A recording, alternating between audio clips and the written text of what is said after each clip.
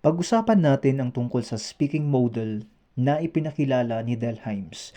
Isa itong mahusay na balangkas na ginagamit upang masuri ang mga elemento ng isang komunikasyon at tumutulong sa atin na maunawaan ang iba't ibang aspekto na dapat isaalang-alang upang maging epektibo ang isang pakikipag-ugnayan. Tunghayan natin ang mga kaakibat na salita sa acronym na ito.